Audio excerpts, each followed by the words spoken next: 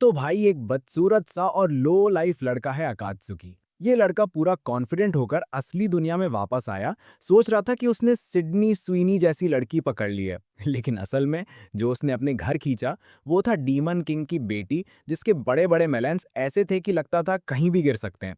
लोग हंस रहे थे कि ये लड़का खुद को अल्टीमेट लेडीज मैन समझता है, लेकिन असल में ये वही लेदर पहनने वाला क्रीप है जिसे माँ ने हमेशा कहा था मॉल में अवॉइड करना। लोग मजाक उड़ा रहे थे कि इसकी किंगडम्स बचाने की स्टाइल कोई तलवार चलाने वाली नहीं, बल्कि मेलन्स को ऐसे स्क्वीज करने वाली है जैसे वो कोई मैजिक रेलिक हो। और वैसे भी ये लड़का 10 मिनट भी अकेला नहीं रह सकता बिना पूरा अकेडमी को अपने पर्सनल प्लेग्राउंड में बदल दिए। तो कहानी शुरू होती है। अकात्सुकी उसावा अलाजार्ट से वापस आया है और उसके साथ है म्यू, डीमन किंग की बेटी। उसे उसकी देखभाल में डाल दिया गया था गालास की डाइंग विश की वजह से। उसकी क्लोक पीछे फड़फड़ाती हुई वो पूरे इलाके में भागता है और उसके पीछे कई मेड लड़कियां दौड़ रही हैं, जिन्हें प्रिंसेस रिस्टी और वाल्किया ने भेजा है उसे रोकने के लिए।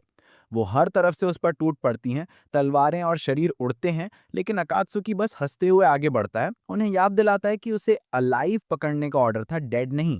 हर अटैक तेज और शार्प है, फिर भी वो उनके पास ऐसे निकल जाता है जैसे खेल हो। उसकी मूवमेंट्स इतनी फास्ट, प्रेसाइज और कॉकी हैं कि दो सीनियर मेड लड़कियां उसके रास्ते में रोप फेंकती हैं, लेकिन वो उसे भी मजाक बना देता है। इतनी तेजी से मूव करता है कि उनके अंडरगारमेंट्स गायब हो जाते हैं इससे पहले कि उन्हें एहसास हो। एक लड़की फ्रीज हो जाती है जब वो उसके पास झुकता है, कान में फुसफुसाता है, कान की लोब निबल करता है, जल्दी से किस करता है और फिर उसे जमीन पर छोड़ देता है। उसके चीक्स आग की तरह लाल हो जाते हैं। दूसरी लड़की डेस्परेट होकर उसके शोल्डर से क्लिंग करती है, लेकिन वो उसे फेंक देता है जैसे कोई कचरा। उसकी चीख जंगल में एको करती है। जंगल के अंदर वॉल्किया उसके रास्ते में खड़ी होती है, उसके पीछे उसकी मेड्स स्टील की दीवार जैसी हैं। क्लैश ब्रूटल होता है। उनकी स्क्वाड डेडली इंटेंट से अटैक करती हैं और अकात्सुकी अपनी स्पीड और स्ट्रेंथ से उन्हें टीयर करता है। आखिर में वो उन्हें पीछे धकेल देता है और शैडोज में डिसअपियर हो जाता है। कहीं खींचा नहीं जा सकता। सुबह होते ही प्रिंसेस रिस्टी इंतजार कर रही होती है, रेस्टलेस और फ्यूरियस, रेडी आंसर्स मांगने के लिए। जब अकात्सुकी फाइनली आता है तो वो बोलने की कोशिश करती है, लेकिन वो उसकी तरफ कोल्ड ग्लेयर भेजता है, इतना शार्प कि वो जड़ हो जाती है। वो पहले से जानता है कि उसने वॉल्किया भेजी थी। उसकी आवाज़ हार्ड होती है जब वो डिक्लेयर करता है कि उसने गालास को मार दिया, और जो कोई डार्क लॉर्ड को मारेगा वो और ज़्यादा युद्ध और मिजरी का मैग्नेट बन जाएगा। वो साफ साफ कहता है कि उसका इस दुनिया में कोई जगह नहीं है और वो चला जाएगा। रिस्टी उसके शब्दों पर टूट जाती है, दुख उसके फेस पर फैल जाता है और आंसू उसके चीक्स पर बहते हैं। एक पल के लिए अकात्सुकी का एक्सप्रेशन बदलता है, फिर अचानक वो झुकता है और चुम्बा चुरा लेता है। रिस्टी शॉक में जर्क होती है और उसे स्लैप मारती है। उसकी आवाज़ गुस्से से ट्रेम्बलिंग होती है और वो कर्स करती है कि ये कभी उसके किंगडम में कदम नहीं रखेगा, और जो भी साहस करता है उसके लिप्स चुराने का, उसका प्राइस चुकाएगा। जैसे ही वो चली जाती है, अकात्सुकी पीछे से कहता है, टोन में मॉकरी और सीरियसनेस दोनों है, कि अगर उसे कभी जरूरत नड़े पड़े तो वो अभी भी उसके पास होगा। लेकिन रिस्टी पीछे भी नहीं देखती। हील्स की क्लिक सुनाते हुए दूर चली जाती है। अकात्सुकी वहीं खड़े रहकर उसे देखता है, छोटे से स्मग के साथ, जैसे पहले से जानता हो कि कहानी कैसे आगे बढ़ेगी।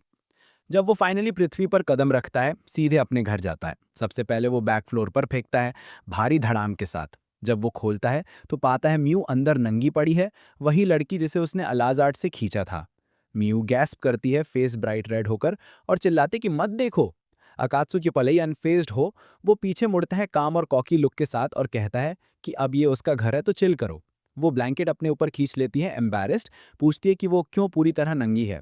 स्लाइग्रेन के साथ वो कहता है कि बस ये साइड इफेक्ट है वर्ल्ड्स क्रॉस करने का। म्यू कंफ्यूज होकर ब्लिंक करती है, कोशिश करती है समझने की। तभी वो बॉम्ब ड्रॉप करता है।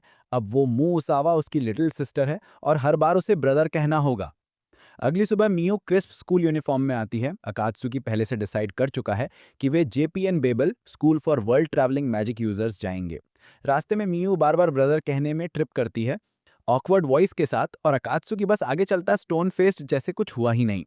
स्कूल में मियो को सीधे एग्जाम्स और ब्लड टेस्ट में घसीटा जाता है। उसका दिल तेजी से धड़क रहा है, डर से कि कहीं लोग ना जान जाएं कि वो अर्थ की नहीं है। अकात्सुकी उसे चिल करने को कहता है, लेकिन उसका नर्वसनेस तब तक नहीं जाता जब तक रिजल्ट्स नॉर्मल नहीं आते, बिल्कुल वैसे ही जैसे उसने प्रॉमिस किया था। रिलीफ की लहर आती है, लेकिन भाई ब्रदर बोलना अब भी कुछ अननेचुरल सा लगता है। वहीं बेबल के स्टूडेंट काउंसिल रूम में रूमर्स उड़ने लगते हैं। कुछ लोग विस्पर करते हैं कि अकात्सुकी असली हीरो हो सकता है, फ्यूचर सुप्रीम किंग बनने वाला उसकी अपसर्ट स्ट्रेंथ की वजह से। एक लड़की हंसकर डिसमिस कर देती है, लेकिन एक और लड़का क्वाइटली पढ़ रहा है और इंटरेस्ट दिखा रहा है। तीसरा सीधा कह देता है कि वो इस सो कॉल्ड फ्यूचर किंग से फेस टू फेस मिलना चाहता है।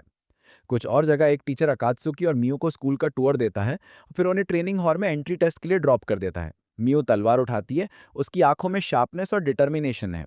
अकात्सुकी वो कुछ नहीं लेता, बस नेक क्रैक करता है, रेडी प्योरली अपनी रॉ स्ट्रेंथ पर भरोसा करने के लिए। मियो पहले जाती है, इंस्ट्रक्टर अटैक करता है और वो फेक वाटर बैरियर फेंकती है, जिससे अकात्सुकी गार्ड ड्रॉप कर देता है। ब्लिंक की तरह वो काउंटर करती है और उसे जमीन पर क्रैश कर देती है। Test cleared.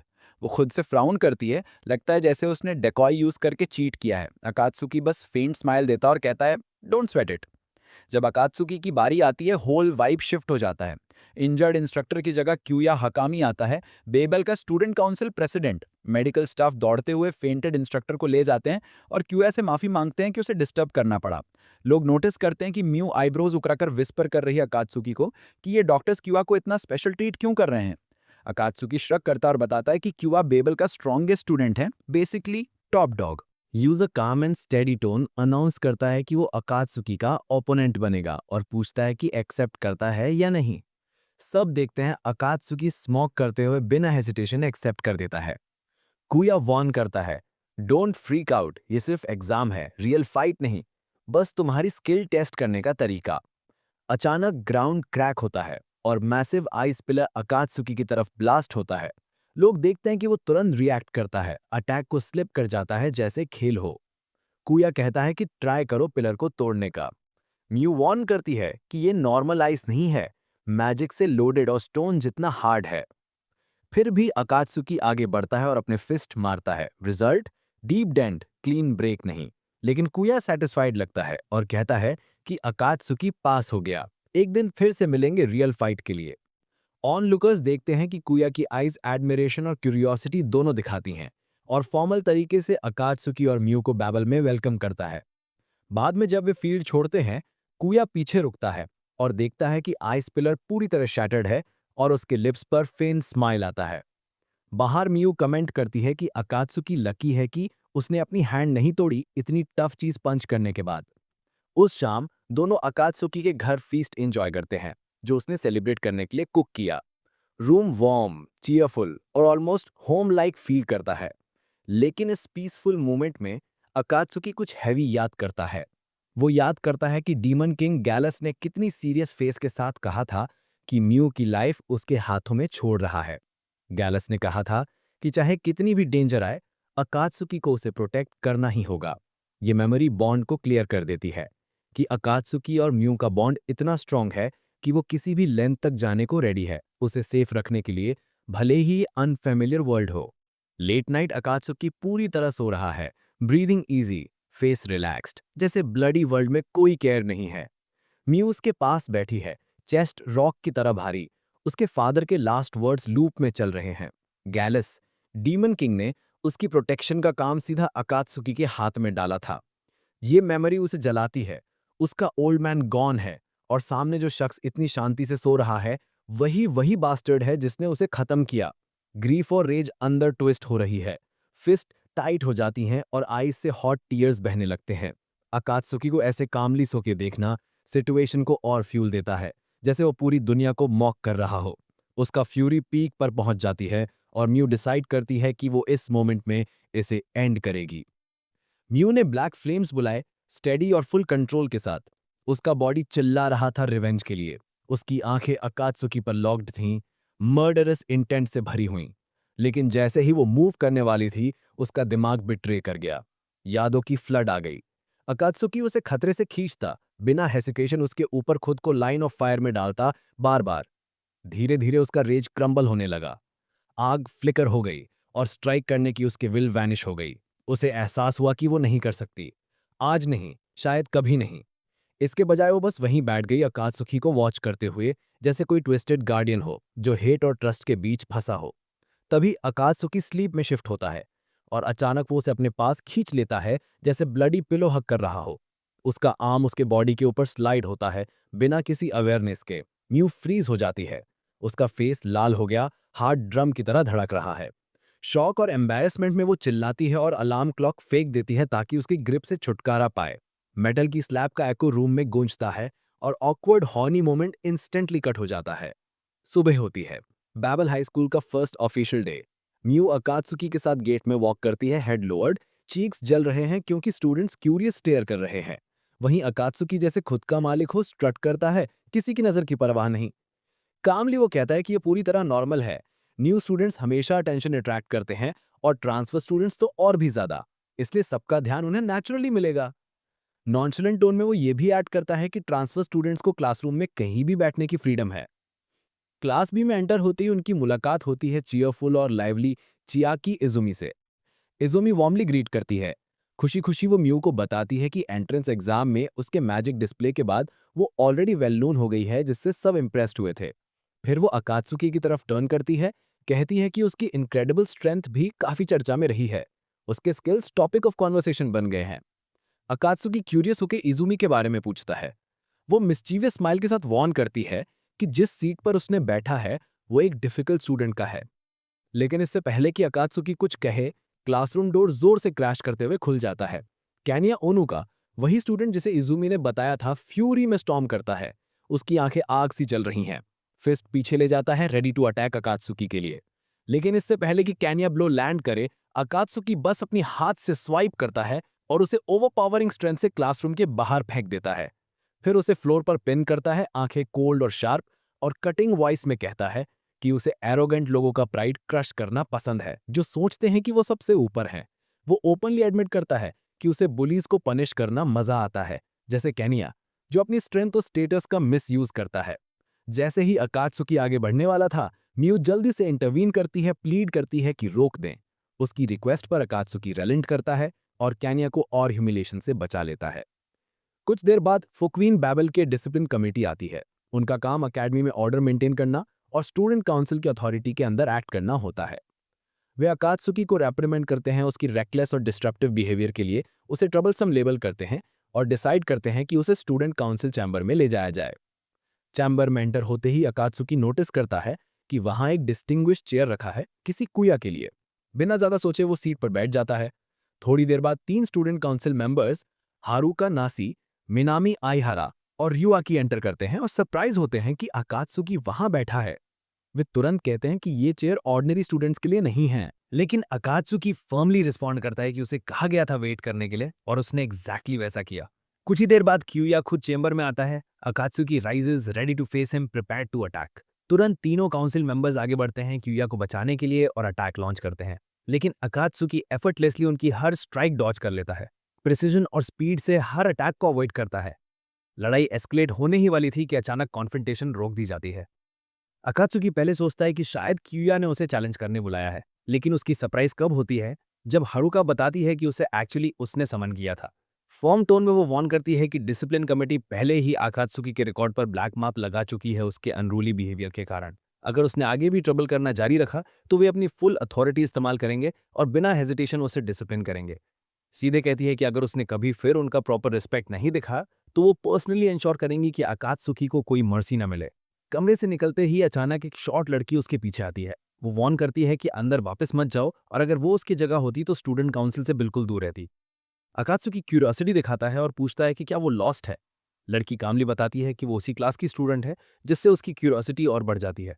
फिर वो इंट्रोड्यूस करती है अपना नाम कुजुआ धुमुतो, क्लास बी की रिप्रेजेंटेटिव, और डिटेल में स्टूडेंट काउंसिल मेंबर्स के बारे में एक्सप्लेन करने लगती है। जैसे ही वे फर्स्ट फ्लोर की ओर जाते हैं, हारुका अचानक ऊपर से ड्रॉप होती है, विंड एलिमेंटल मैजिक की मदद से ग्रेसफुली लैंड करती है। तुरंत उसे पता चलता है कि अकात्सुकी ने उसके पैंटीज चुरा लिए हैं। गुस्से में वो पुश नाइफ्स निकालती है और डिक्लेयर करती है कि वो उसे इंस्टेंटली डिस्ट्रॉय कर देगी। लेकिन अकात्सुकी आसानी से उसके फ्यूरियस अटैक्स डॉज कर लेता है और उसे फर्दर ह्यूमिलिएट करने के लिए उसकी ब्रा तक स्नैच कर लेता है। हारुका एम्बैरेस्ड और फ्लस्टर्ड हो जाती है, जल्दी से खुद को कवर करती है। डिफीटेड उसका फेस रेड हो जाता है और वो चिल्लाती है कि अकात्सुकी इसका प्राइस चुकाएगा, स्पेशली ट्रेनिंग रूम क्लोजेट में हुए हालात के बाद। इस बीच म्यू को अपने रिवीलिंग यूनिफॉर्म की वजह से एक्सट्रीम सेल्फ कॉन्शियसनेस महसूस हो रही है। वो नर्वसली फिचट करती है और डिस्कम्फर्ट से अपने आप को चेक करती है। इजुमी उसकी अनीज नोटिस करती है और टाइमली अप्रोच करती है, पूछती है कि क्या प्रॉब्लम है। म्यू शाय होकर एडमिट करती है कि यूनिफॉर्म उसे एम्बैरेस्ड और अनकंफर्टेबल फील कराता है। इजुमी उसे रीअश्योर करती है और सजेस्ट करती है कि इसे स्विम सूट की तरह सोचो, इससे सेल्फ कॉन्शियसनेस कम हो सकती है। इसी समय कुजुआ उनके पास आती है और कहती है कि प्रिटेंडिंग टू बी एम्बैरेस्ड सिर्फ उसे और स्टैंड आउट कराएगा, इसलिए बेटर है कि वो नेचुरली एक्ट करे। अकात्सुकी फिर मियो को टीज करता है, मैजिक से रिलैक्स कर देने का ऑफर करता है, लेकिन मियो इंस्टेंटली रिफ्यूज कर देती है, शार्पली याद दिलाते हुए कि उसने पिछले नाइट पहले ही काफी ट्रबल दिया था। बाद में अकात्सुकी, मियो और कुजुआ स्टोर रूम जाते हैं क्लास रिप्रेजेंटेटिव की बिलोंगिंग्स रखने के लिए। कुजुआ को अचानक एक अजीब नॉइज सुनाई देती है। वो इन्वेस्टिगेट करती है और शॉक में पाती है कि दो लड़कियां किस कर रही हैं, जिसमें से एक इजुमी है। इजुमी कैजुअली एंजॉय कर रही है, जबकि कुजुआ अपसेट हो जाती है और उसे क्वेश्चन करती है। इजुमी एक्सप्लेन करती है कि ऐसा इसलिए करती है ताकि कोई उसे परेशान न करे। कुजुआ अभी भी सरप्राइज होती है और पूछती है कि यह हर पीई में होता है क्या, लेकिन इजुमी क्लैरिफाई करती है कि वो हमेशा इन्वॉल्व नहीं रहती। अचानक दूसरी लड़की एम्बैरेसमेंट में भाग जाती है और डोर को जोर से बंद कर देती है, जिससे इजुमी और कुजुआ डिसबिलीफ में उसे देखते रह जाते हैं। म्यू सजेस्ट करती है कि स्टोर रूम फिर खोल दें, लेकिन इजुमी बताती है कि डोर रिग्ड है, अंदर से कोई अनलॉक नहीं कर सकता। कुजुआ बताती है कि नॉर्मली वो हैंडकरचीफ फ्रेम में जाम कर देती है ताकि सील ना हो, लेकिन इस बार ट्रिक फेल हो गया और वे अंदर फंस गए हैं। अकात्सुकी ऑफर करता है कि डोर मैश कर दे, लेकिन कुजुआ वॉर्न करती है कि बेबल की प्रॉपर्टी डैमेज करने का मतलब ब्रूटल पनिशमेंट है। वो कहती है कि क्लास खत्म होने तक वेट करना ही पड़ेगा, कोई बाहर से ओपन करेगा। कुजुआ फ्रस्ट्रेटेड हो जाती है और इजुमी पर ब्लेम करती है, दोनों एक दूसरे पर स्नैप इन करने लगती हैं। टाइम धीरे धीरे बीतता है और कुजुआ स्ट्रगल करती है अपनी ब्लैडर को कंट्रोल करने के लिए। इजुमी उसे मॉक करती है और सजेस्ट करती है कि अर्थ मैजिक से टॉयलेट बुला ले, जिससे कुजुआ एक्सप्लोड हो जाती है। वो चिल्लाती है जब तक इजुमी अपॉलॉजी नहीं देती। फाइनली जब कुजुआ डिस्ट्रेस में क्राई करती है, अकात्सुकी सॉल्यूशन देता है। मियो और इजुमी की मदद से वो अपनी रेनैंक की काया ट्रिक का यूज करता है और उनकी बॉडीज कनेक्ट कर देता है, forcing name to share the same pressure. और जैसे ही चीजें और भी खराब होती हैं, अकात्सुकी कुजुआ का कान काट लेता है और ये सब टेंशन, एम्बैरेसमेंट और कियोस की फ्लडगेट ओपन कर देता है। तीनों लड़कियां एक साथ कंट्रोल खो बैठती हैं, पूरी तरह ह्यूमिलेटिंग सिचुएशन में फंस जाती हैं। फ्यूरियस होकर तीनों मिलकर अकात्सुकी को ठोकर मार के अनकॉन्शियस कर देती हैं। बाद में जब हरू का दरवाजा खोलती है, लड़कियां रश करके बाहर निकल जाती हैं और अकात्सुकी अंदर ऐसे पड़ा रहता है जैसे कोई ट्रैश। बाद में शावर लेते समय लड़कियां रैंट करती हैं कि क्या हुआ और पूरा ब्लेम अकात्सुकी पर डालती हैं। बीच में कुजुआ और इजुमी अपनी लड़ाई भूलकर डिसाइड करती हैं कि वो मियू के साथ स्टिक करेंगी। एपिसोड इस दृश्य के साथ क्लोज होता है कि हेरुका अकात्सुकी पर स्टॉर्म करती है, चिल्लाती है कि उसने लड़कियों के साथ क्या किया। अकात्सुकी बस कॉकी स्मोक करता है, जीरो रिग्रेट के साथ, क्योस के लिए कोई चिंता नहीं। मियू अभी भी बॉयल कर रही है उस जिम स्टोरेज रूम वाले इंसिडेंट की याद में, जहां अकात्सुकी ने पूरे सीन को ह्यूमिलेटिंग मैस में बदल दिया और उसे और बाकी लड़कियों को अपने विल के खिलाफ परेशान किया। ये मेमोरी उसके दिमाग में चिपकी रहती है, हर बार याद आने पर उसके चीक्स लाल हो जाते हैं, रॉ एंगर और शेम से चेस्ट टाइट और रेस्टलेस हो जाती है। अगली सुबह वो मिरर के सामने खड़ी होती है, ब्रश से अपने बालों में धीरे धीरे कोम करती है, कोशिश करती है कि सिंपल स्कूल रूटीन पर फोकस कर सके, लेकिन थॉट्स बार बार उस अगली मेमोरी की तरफ खींचते हैं। दरवाजा खुलता है और अकात्सुकी स्ट्रोल करते हुए अंदर आता है, कूल और यूजुअल स्मग काम में, जैसे कुछ हुआ ही नहीं। मियू का बॉडी लॉक हो जाता है, फिंगर्स ब्रश को टाइट पकड़ती है, पूरा बॉडी स्टिफ, और वो उसकी तरफ ग्लांस भी नहीं करती, बस अपने रिफ्लेक्शन को देखती है, स्टोन फेस, जैसे अकात्सुकी इनविजिबल। रूम में साइलेंस हैवी और सफोकेटिंग हो जाता है। उसकी सारी फ्यूरी जो वो बाहर नहीं निकाल रही, उसके भीतर भरी रहती है। अकात्सुकी कुछ बोलने की कोशिश करता है, उसकी आवाज़ स्टिलनेस में फैलती है, लेकिन मियो उसे पूरी तरह इग्नोर करती है, हेयर ब्रश करती रहती है, जैसे उसकी प्रेजेंस मीनिंगलेस हो। ब्रेकफास्ट पर भी कोल्डनेस बनी रहती है। मियो साइलेंटली टेबल पर बैठी है, गेज नीचे फूड पर, और कभी अकात्सुकी की तरफ नहीं देखती। अकात्सुकी कई अटेम्प्ट्स करता है लाइट कॉन्वर्सेशन शुरू करने की, लेकिन हर बार उसका रिफ्यूजल उसे क्रश कर देता है। उसकी साइलेंस एक फॉर्म वॉल बन जाती है जिसे वो तोड़ नहीं सकता। मील खत्म होते ही जब वे बेबल हाई स्कूल जाते हैं, टेंशन उनके साथ रहती है, थिक और सफोकेटिंग। वॉक करते समय अकात्सुकी नोटिस करता है कि मियू अभी भी कोल्ड है और फिर से ट्राई करता है, सॉफ्टली बोलता है, इस बार पूरी तरह अवेयर कि पिछले डेज इंसिडेंट उसकी बिहेवियर का कारण है। अगर आपको वीडियो पसंद आ रही है तो वीडियो को लाइक करो, कमेंट करो और सबसे इंपॉर्टेंट, सब्सक्राइब करो गाइज।